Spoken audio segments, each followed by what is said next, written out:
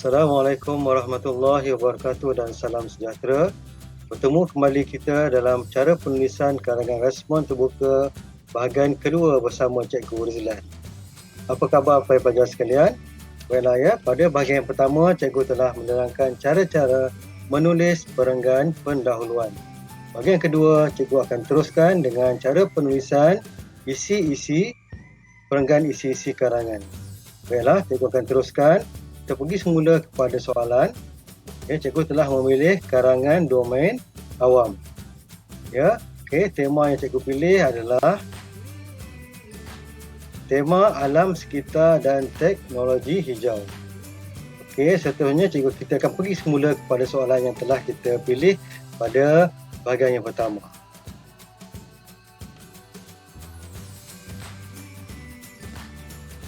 Cikgu baca dulu soalan dia. Fellow penyelidik utama Pusat Kajian Bencana Asia Tenggara Universiti Kebangsaan Malaysia, Profesor Emeritus Datuk Ibrahim Fomo berkata, kenaikan suhu dunia adalah disebabkan kegiatan manusia, terutamanya perindustrian yang membebaskan gas rumah hijau. Menurut beliau, pencarian glasier, peningkatan aras laut dan cuaca ekstrim juga merupakan petanda bahawa kesan perubahan iklim sudah sampai ke tahap yang tidak dapat dikawal lagi. Sumber berita harian online 24 Januari 2018. Seperti yang kita maklum, keempat-empat soalan bahagian B mempunyai petikan. Jadi pelajar-pelajar harus membaca petikan itu dengan teliti supaya kita dapat memahami apakah kehendak-kehendak soalan yang akan diberikan nanti. Soalannya, petikan akhbar di atas memperkatakan isu perubahan iklim dan pemanasan global. Perubahan iklim dan pemanasan global ini berlaku disebabkan kegiatan manusia sehingga dunia menghadapi bencana alam seperti banjir, ribut, cuaca panas dan kemarau yang panjang. Uraikan punca-punca pemanasan global yang banyak memberikan implikasi buruk terhadap kesihatan manusia dan keseimbangan alam sekitar.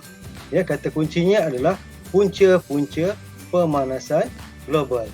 Baiklah seterusnya kita perlu membina kerangka karangan. Baiklah seperti yang telah cikgu bincangkan pada bahagian yang pertama, kita perlu menulis kerangka karangan terlebih dahulu, sama ada dalam bentuk poin ataupun dalam bentuk peta minda.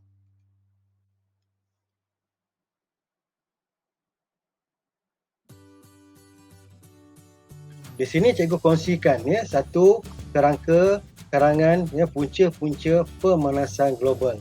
Pastikan karangan anda mempunyai 3 bahagian: pendahuluan, isi dan penutup. Dalam bahagian 1 cikgu telah ceritakan mengenai pendahuluan. Bahagian yang kedua ni cikgu akan bincangkan cara-cara menulis perenggan isi, dan bahagian yang ketiga nanti cikgu akan sambung lagi dengan cara menulis perenggan penutup. Baiklah kita pergi kepada contoh-contoh isi karangan punca-punca pemanasan global. Isi yang pertama yang telah cikgu tulis, kegiatan manusia tidak terkawal.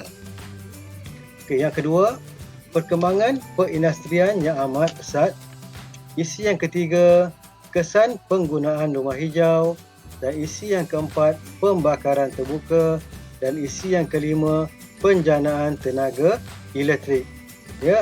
Ini adalah perkara yang pertama sekali yang perlu kita lakukan apabila kita hendak membuat karangan. Kita bina dulu kerangka karangan. Setelah kita mendapat isi-isi penting, kita perlu menghuraikan isi-isi ini supaya menjadi satu perenggan yang lengkap. Baiklah, untuk itu cikgu menggunakan satu kaedah bagaimana kita mengembangkan isi-isi karangan.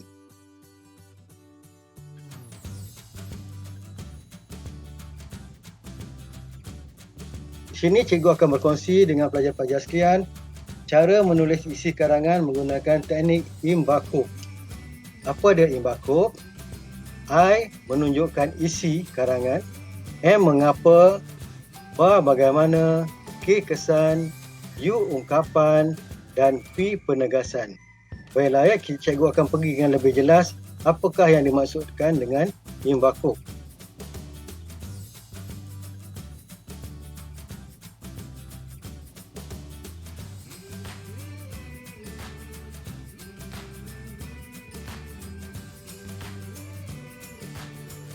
Okey ya, imbakuk adalah I, ayat isi yang lengkap dan gramatis. M, ayat untuk menerangkan ayat isi.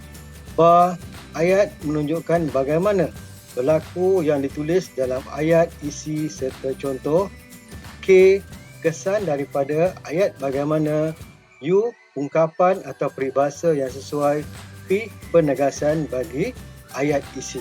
Itulah cara-cara kita hendak membina ya ayat-ayat isi menggunakan formula imbakuk. Baiklah, seterusnya cikgu akan berkongsi dengan pelajar-pelajar bagaimana kita membina contoh ayat perenggan isi. Ya, kita akan pergi kepada isi yang pertama.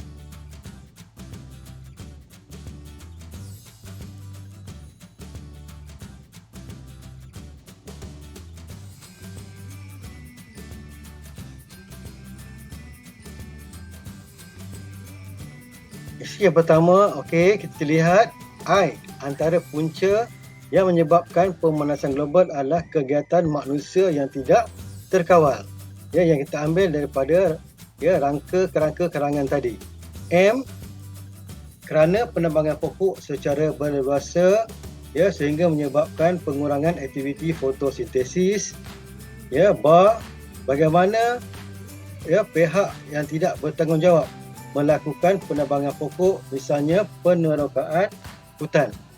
Ya, K, kesan ya mengurangkan bilangan pokok mengakibatkan jumlah karbon dioksida menjadi statik. Kemudian ungkapan yang cikgu pilih, bagai enau di dalam belukar melepaskan pucuk masing-masing. Manakala penegasan bagi contoh isi yang pertama ialah perlu dikawal dengan penguatkuasaan undang-undang agar dapat mengatasi masalah tersebut.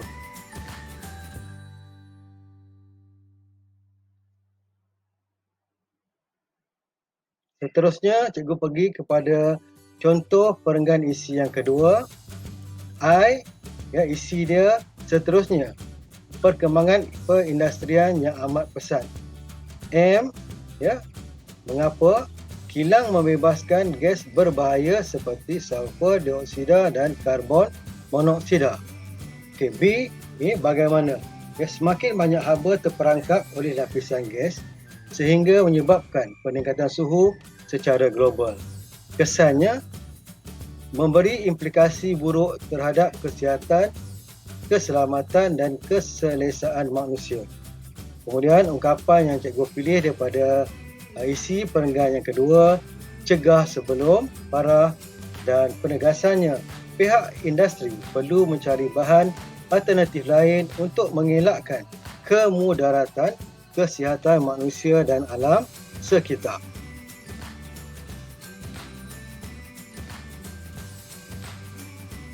Seterusnya, kita pergi kepada contoh isi yang ketiga, iaitu kesan rumah hijau. Ya, ba bagaimana ya berpunca daripada pelepasan asap kenderaan ataupun kilang. Okey, seterusnya M, ya mengapa pemanasan yang berlaku apabila keperatan gas tertentu di dalam sesuatu ruang meningkat. Kesannya memberi implikasi yang buruk terhadap kesihatan dan keselesaan manusia. Kemudian ungkapan yang cikgu pilih, sesal dulu pendapatan, sesal kemudian tidak berguna. Dan P, penegasan, orang ramai disaran memilih pengangkutan awam seperti LRT dan komuter. Baiklah, kita akan teruskan dengan isi perenggan yang keempat.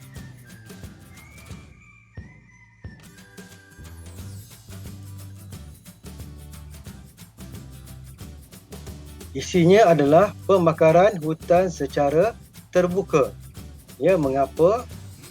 Menyebabkan imbangan kandungan oksigen dengan karbon dioksida menjadi tidak seimbang. Ya, bagaimana? Ya, berpunca sikap pihak tertentu mengambil jalan mudah untuk menjimatkan kos. Kemudian kesan dia, masyarakat sekitar diancam pelbagai jenis penyakit seperti kanser kulit. Kemudian ungkapan yang sesuai, sediakan payung sebelum hujan, dan penegasan pembakaran terbuka menyebabkan pemanasan global sehingga menjejaskan kesihatan manusia.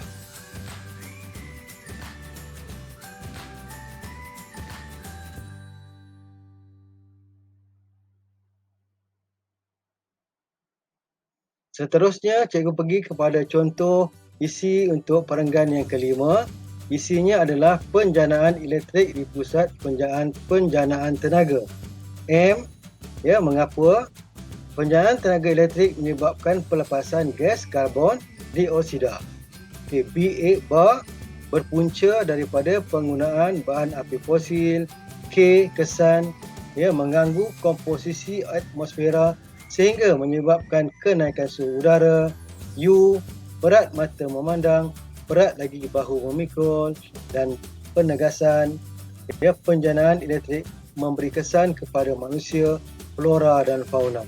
Jadi begitulah cara-cara kita mengembang isi berdasarkan daripada isi-isi yang telah kita tulis dalam kerangka karangan. Cikgu harap perkongsian yang cikgu berikan ini dapat memberi manfaat kepada pelajar-pelajar dalam kaedah menulis isi karangan dalam bahagian isi. Kita menggunakan teknik Himbakuk. Baiklah, cikgu rasa itu saja perkongsian yang dapat cikgu kongsikan bersama pelajar pada bahagian yang kedua. Jadi cikgu sudahi dengan wabillahi taufiq wal hidayah. Assalamualaikum.